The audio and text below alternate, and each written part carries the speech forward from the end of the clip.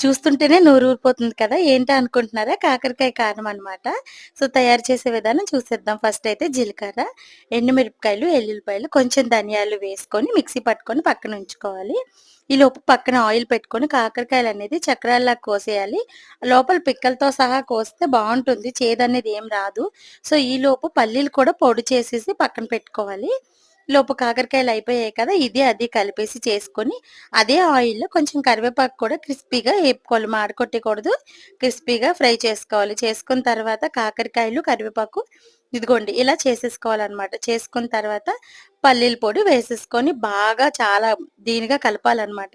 ఆ కాకరకాయ మొత్తానికి ఇదంతా అయిపోవాలి. తర్వాత ఉప్పు కూడా సరిపడా ఉప్పు కూడా వేసేసుకోండి. ఏసేసుకున్న తర్వాత మళ్ళీ కలిపిన తర్వాత ఈ మసాలా పొడి ఉంటుంది కదా! ఎండుమిరపకాయలు, ఎల్లుల్లిపాయలు అదంతా కారం కూడా ఇందులో వేసేసుకోవాలనమాట. వేసేసుకొని బాగా మిక్స్ చేసుకోవాలి.